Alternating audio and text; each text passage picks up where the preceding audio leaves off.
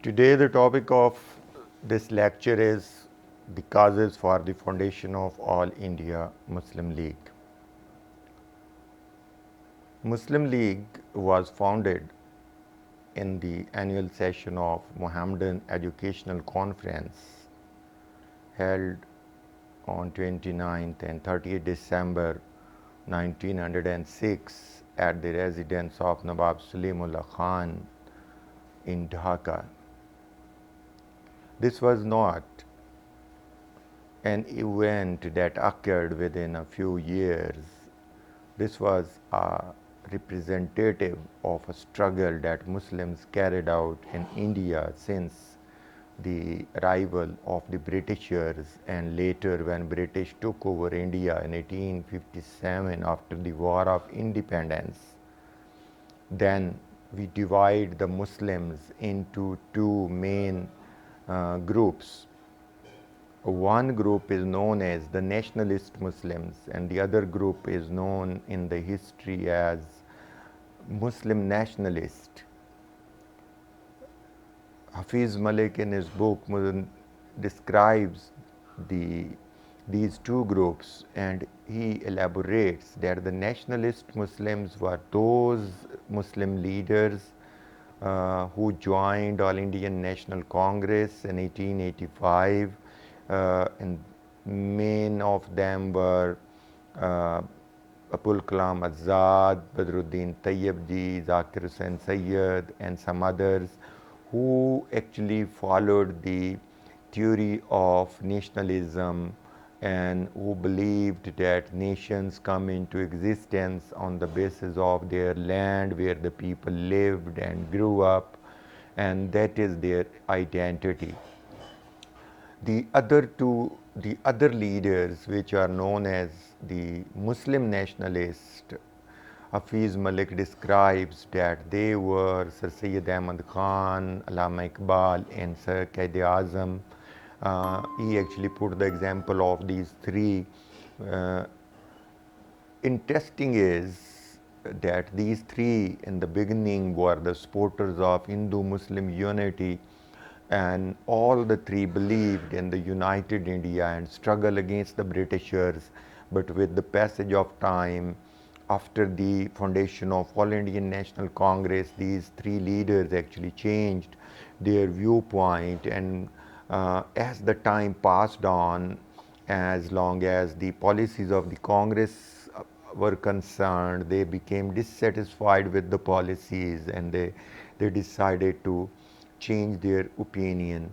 So when we take the review of the causes for the foundation of All India Muslim League, I feel it is better to explain the students that these two groups of the Muslim leaders, one the nationalist Muslims like Abul Kalam Azad, Badruddin Tayyibji, Zakir Hussain Sayyid, Azmi Mukhtar Ahmad Ansari, and on the other side Jinnah, Iqbal, Sir Syed Ahmad Khan, Liaquat Ali Khan. So these were the Muslims groups who actually took out the struggle for the rights of the Muslims, but from two different platforms.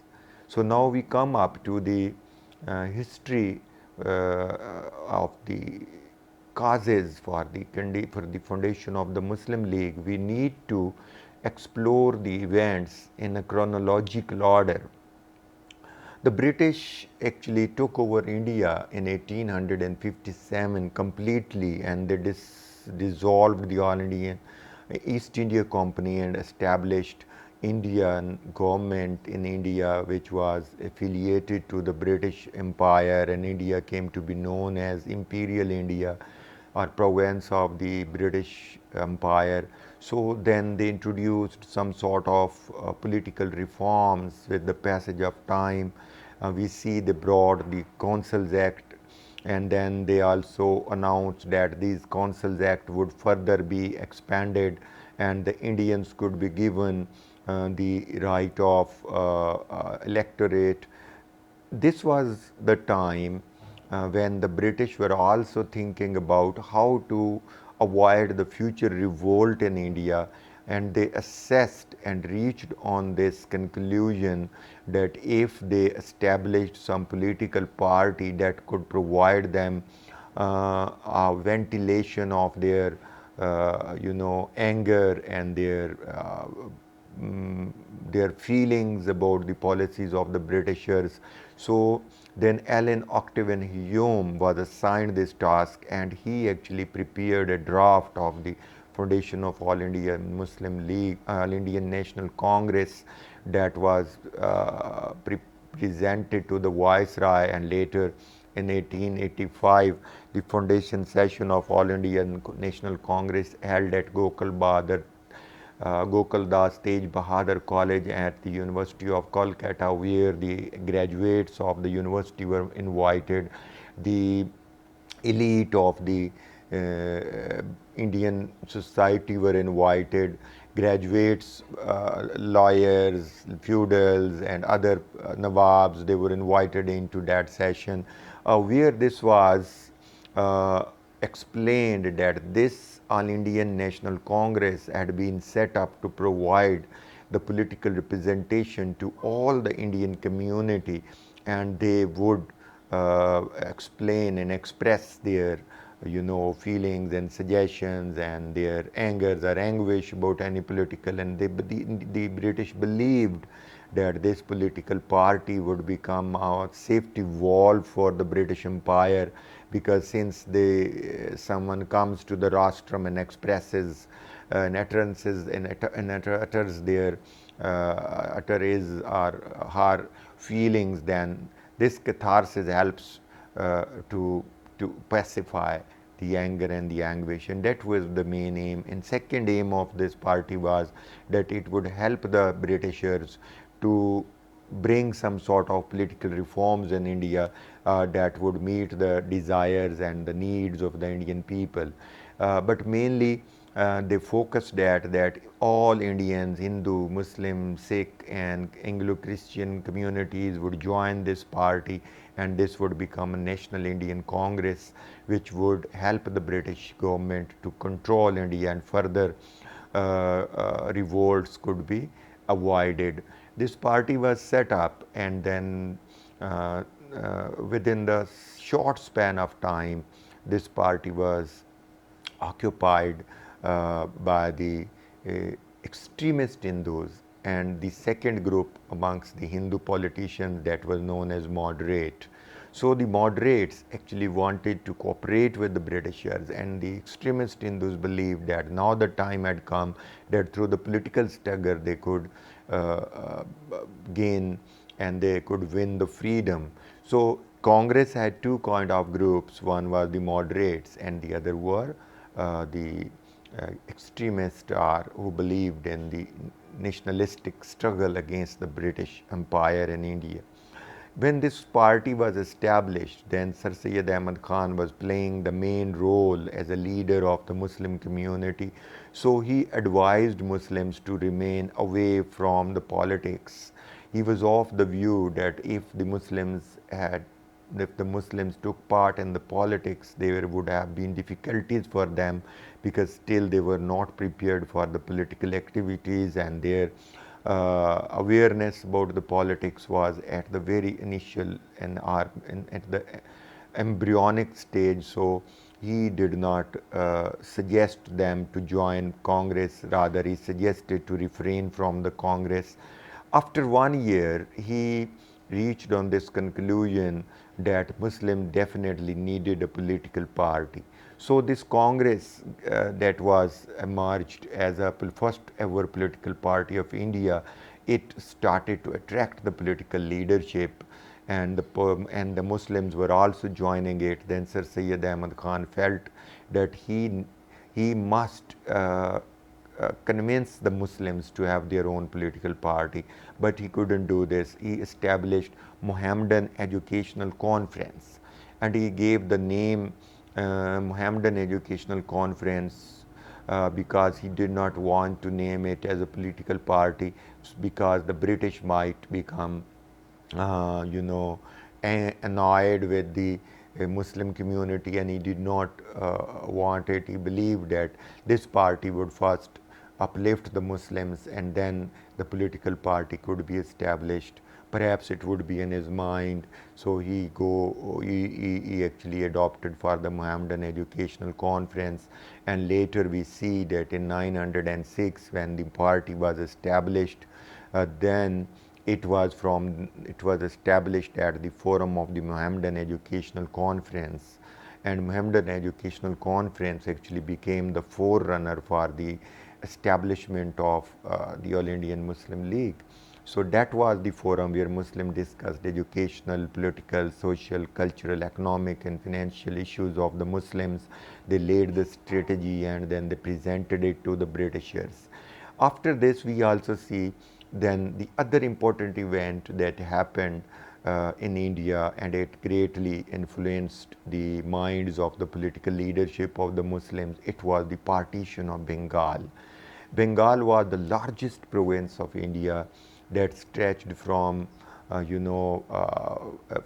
Mumbai towards Calcutta and onwards to the borders of Burma. So it was the huge province of India, with by population wise, by area wise, and there was a very natural division in the mid of the this province. The east part, 32 million Muslims lived there, and 42 million Hindus lived in the west part, and it was thickly populated region. Then it was the thickly forested region. So one of the British governor wrote to the Governor General of the East India Company in 1853. Fraser sent the report to the Governor General of India that it could be divided into two parts, and then it would be easy to deal and handle, because it's very difficult for the governor to travel in the province because of the streams and rivers and forest and population. So area was very vast. So that different kind of suggestions were made by the British governors of Bengal to the Viceroy. So when Lord Curzon came to India, he decided to divide it. He put that suggestion to the British Parliament, got the approval, and in 1805 the British announced that now Bengal had been divided into two provinces. And 1 year before the creation of All India Muslim League, it was one of the, you know, one of the best events in the history of India for Muslims, because they got a province. Now it is better to have a look on the reaction of the Hindus towards this partition of Bengal. There were two sort of reactions when this was established. The first reactions came from the Muslims. Aligarh Educational Trust, Mohammedan Educational Conference, Nawab Zada Salimullah Khan, and Waqar ul Mulk, and Aga Khan, many other leaders, they welcomed it. They were happy that they had got a new provincial assembly. They would got the representation in the federal assembly, and they would have the representation in the executive council of the viceroy. They would have their own high court, and they could flourish their business, because East Bengal was very rich in the production of rice, jute and textile. Cheap labor was available. But when we see the reaction of the Hindus, Congress took it very seriously, and they condemned it, and they refused to accept the partition. They believed that this partition was actually the beginning of the division of India, and they said we could not allow to slaughter the cow amongst two brothers into two pieces, and they rejected it. And then the Hindu extremist leaders Bal Gangadhar Tilak and Gokhale, as well as now Lala Lajpat Rai, they became very furious, and they launched a movement that was known as a Swadeshi movement. Under this Swadeshi movement, the Bengalis were instigated to boycott all the manufacturing products of the British, and as well as to boycott the schools, colleges, universities, and did not go to the British courts. So this movement became very popular amongst the Britishers. During this time, some writers came forth and they started to write the poems, poetry, and novel. Bande Matram was one of the song that was written, and part of a novel Anand Mit, and that was written by Bankim Chandra Chatterjee. Muslims disliked this Bande Mataram.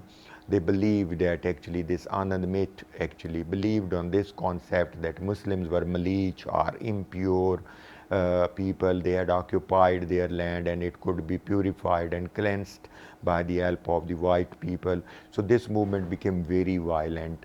The Muslim historians actually believed that this movement was being supported financially by the businessmen of the Kolkata, and which was the capital of that time of province of Bengal. High Court was there, so the lawyers or the advocates, barristers, they were supporting it. Newspaper published from there.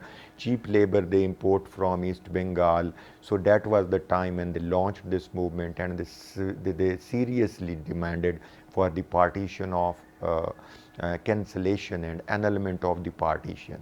In the beginning, the British Viceroy announced that he would sustain this pressure, but we see in 1911 when the King George came to India and he held his darbar at Allahabad, he suddenly announced that partition of Bengal had been annulled and it is reunified as a province again.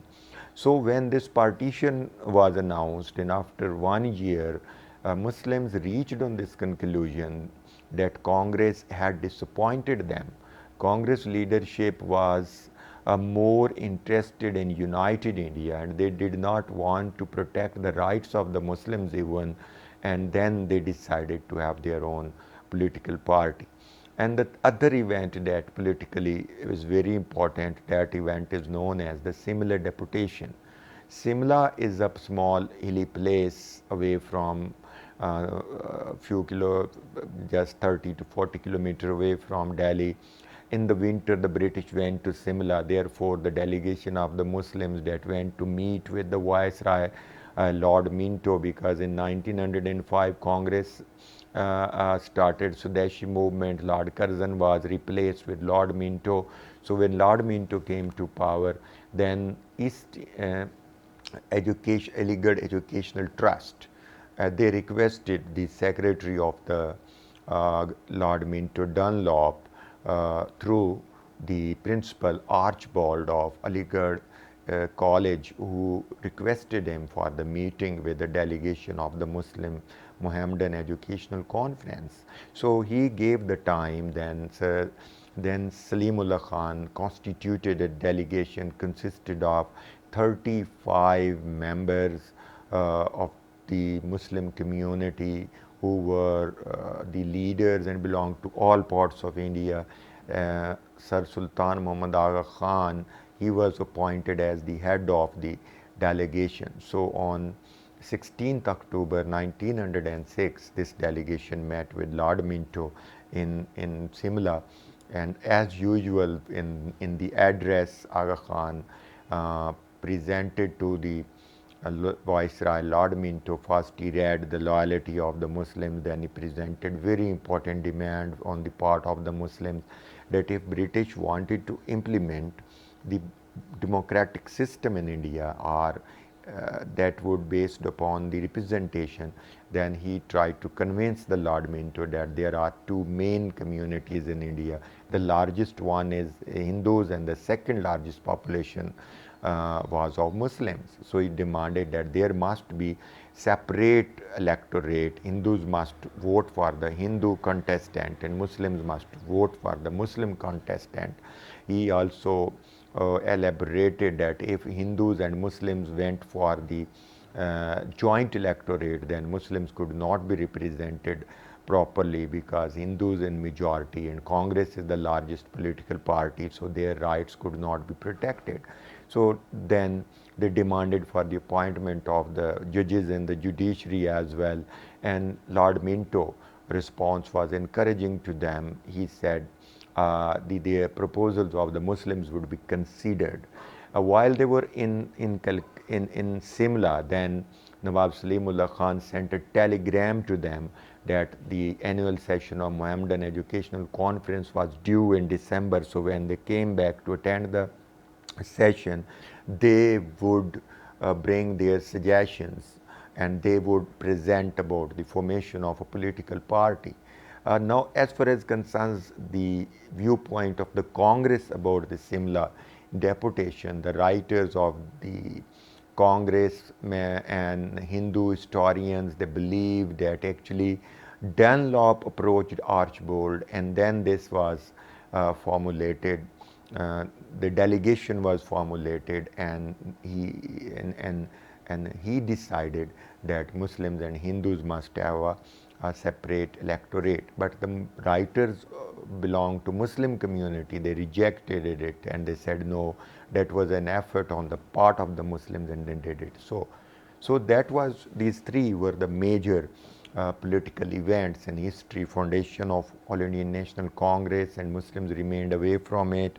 Then in 1905, the reaction of the Congress and Hindu political extremist leaders, particularly of the Bengalis, who ignited the Bengali nationalism, and Muslims were put into trouble, and the province of Muslims got, they rejected it, and in the last, when they got some sort of encouragement from the British Viceroy, they decided to establish their own political party.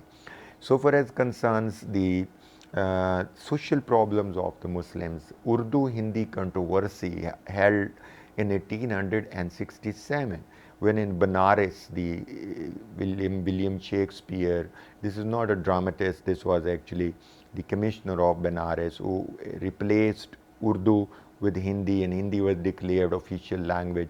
Then Sir Syed Ahmad Khan, he met with them, and he used the word nation for them. As far as concerns the language, so Urdu was taken as a identity of the Muslim culture and Muslim community, and when it was threatened by the Hindus in several areas and British supported them, so then Muslims also began to think that their culture, their religion, and their religious beliefs are under threat. If Congress came into power, this is the viewpoint of the Muslim community in India.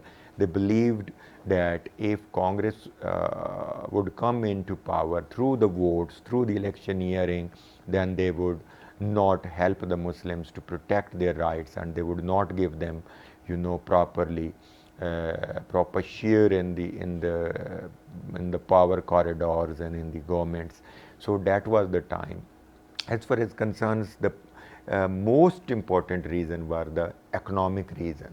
After the War of Independence, the Mughal army dispersed. The Jagirs of the Muslims, soldiers and the commanders were confiscated. Muslims were, punished severely. They were held responsible for the War of Independence. So Congress like Nehru, Abul Kalam Azad and other who had some Marxist point of view, they believed that Muslim League, the idea of the Muslim League was floated to protect the political and fiscal and monetary vested interest of the Jagirdars. They believed that this party was not established for the common Muslim layman. It was established for the Jagirdars to protect their rights. While the Muslim believed in this, that this party was set up to protect the rights of the Muslims, either they belonged to the elite class or they belonged to the poor class.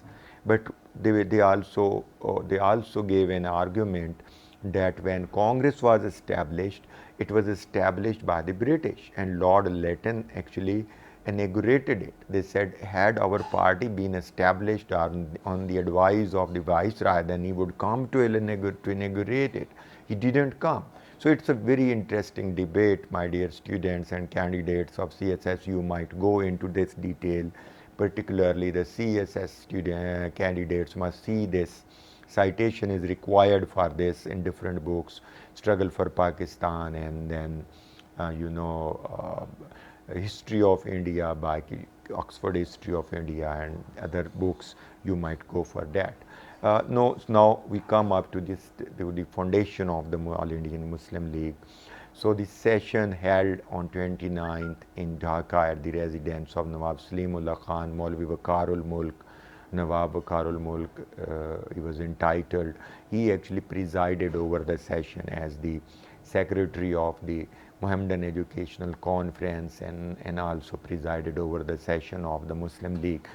In this session, Nawab Salimullah Khan presented the resolution for the foundation of All India Muslim League, and he presented in his suggestions that Muslims needed a political party to protect their political, social, and economic rights. And he named the party as All India Muslim Confederacy. Then the delegates approved the resolution, but they changed the name of the party, and they suggested it could be named as All India Muslim League. So during this session, three important objectives were presented. Number one, the party would make efforts to remove the differences between the Muslims and the Britishers. The party would safeguard the political, social, economic, and cultural, religious rights of the Muslims. The Muslim League would make efforts to contact the other nationalities and communities of India to bring, harmony among them. So at the time of the establishment of the Muslim League, it did not demand any separation. It did not demand any kind of division of India. It only demanded that this party would remove the suspicions from the minds of the British about Muslims. It would work for the protection of their rights and would establish better relationships among them. So they also appointed a committee for the draft of its constitution. So amongst the committee, Maulana Muhammad Ali Jauhar or Major Hussain Shahid Bilgrami was the most important. This committee prepared the draft, and the first annual session of Muslim League held in November 6th and 7th November in Karachi, where this constitution was presented and adopted and approved. Sir Aga Khan was elected as the first president of the Muslim League because Maulvi Waqar ul Mulk apologized to continue. He said that I could work for 1 year only because I had to look after the educational conference, Aligarh Educational Conference, Educational Trust and its affairs. So in 1907, Muslim League started to function as a regular political party of the Muslims in India. You must remember that Iqbal did not join it in 1906. Sir Syed had died in 1898. So when this party came into existence, then he didn't alive. Sir Syed had died. Iqbal did not join it in the beginning. Quaid-e-Azam had joined Congress, and he didn't join Muslim League in 1906. In 1913, on the invitation of Maulana Muhammad Ali Jauhar, he decided to join Muslim League, and in 1913 Muslim League also changed made a change in its objectives and incorporated one more objective, and that was the self-rule, because until then the Congress had launched the non-cooperation started to propagate for the self-rule of India and moving towards the non-cooperation movement. So then Muslim League deemed it better to also follow this concept of self-rule, because the Muslims could divert towards the Continental Indian National Congress. In the last, we would look upon the successes of the Muslim League. Number one, Muslim League was the first ever political party of India that, according to the Muslim Leaguers, was established by their own. Number two, it had emerged as a political party for the protection of the Muslim rights of the Muslim community, and with the passage of time, it started to work. In the beginning, it was decided that only 350 members would be taken from India who could become, who were taxpayers, or who were matriculate, or who were graduates, and who were landlords paying the land tax. So then in the next year they started to flourish, and they expanded the network of the membership. Quaid-e-Azam came to the fold of Muslim League in 1913, but before 1913, the first ever success came to the Muslim League politically.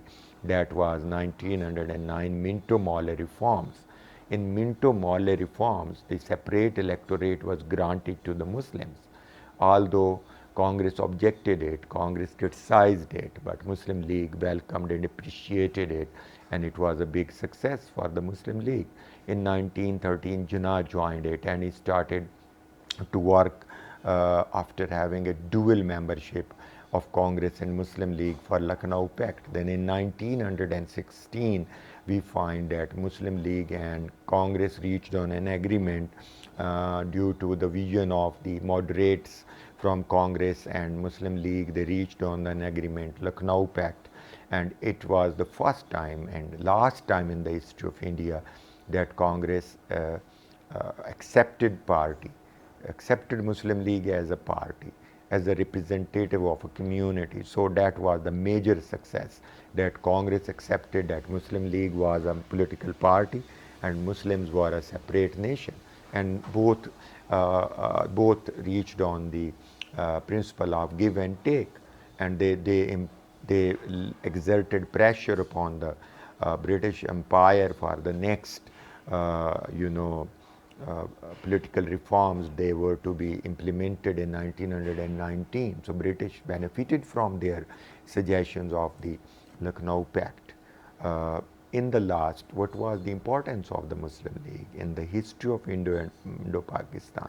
Muslim League actually emerged as a second political party, and two-party system started in India due to the foundation of Muslim League.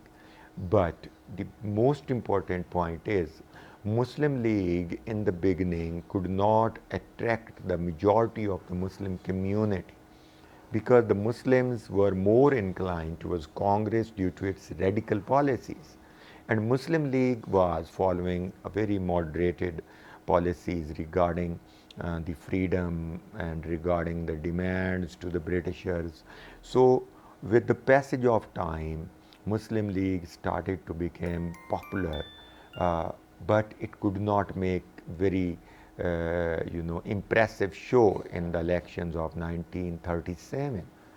And after the reorganization from 1940 onward, Quaid-e-Azam led it nicely, and it emerged as the sole political representatives of the Muslims, and it won all the Muslim seats in the provincial assemblies as well as in the Federal Assembly of India. So then that was the mandate which Muslim community gave to the Muslim League, and Jinnah remained successful to get Pakistan. So far as concerns the viewpoint of the Congress about this political party, already I have mentioned it, that Nehru rejected it, and he said that that was the party established by the feudals of India, and the feudals of Muslims particularly, they actually established to protect their rights. The party was not working for the rights of the Muslims. The other important difference between Congress and Muslim League was Muslim League in the beginning did not demand partition of India until 1940. Muslim League always demanded the one-third representation in the provincial and the federal assembly, because Muslims were more than 33% population of the India. But with the passage of time, especially after 1937, when Congress came into power in 8 provinces and made coalition government in other 3 provinces of India, their policies were seemed by Muslim League as anti-Muslim policies. And why did they demanded in 1940 the partition of India? Because at that time the Second World War had started, the British were losing on many fronts. Gandhi was demanding freedom and giving this hope to Indians that Japanese had conquered Burma, they could enter into India as a liberator. So then Muslims wanted that they could not be, they shouldn't be left on the mercy of the Congress. They had a very bitter experience of the Congress ministries. So this was the story of the foundation and the role of role of All India Muslim League in India. In the next lesson, we would look upon the constitutional reforms in India. Now we come up to the questions. The question in this lecture, there are three different questions which I have tried to assimilate into one lecture. The first question is regarding the formation of All Indian National Congress. The second question is about the partition of Bengal and reaction of the Hindus and Muslims, and why was it, you know, annulled. And the third is about the delegation, similar deputation and its achievements. And then in the last, we have seen about the political, social, economic reform reasons for the. If you join all the reasons, all the events in chronological order, then you could reach on this conclusion. Then they became the reason for the foundation of All India Muslim League. So if the question is given, what were the main causes for the foundation of All India Muslim League, explain its objectives and successes, so then you may revise all this what we have discussed.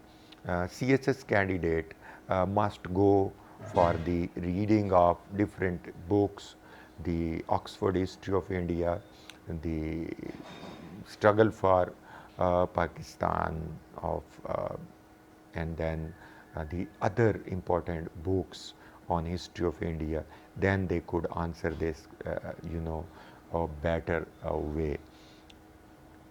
We will meet in the next lecture. Subscribe this channel, Dr. Nasir Hussain, to receive more videos about the topics of history of Pakistan and nationalism in South Asia for the students of O level, for the students of FSC, CSS candidates, and MA Pakistan Studies and Histories. Bye.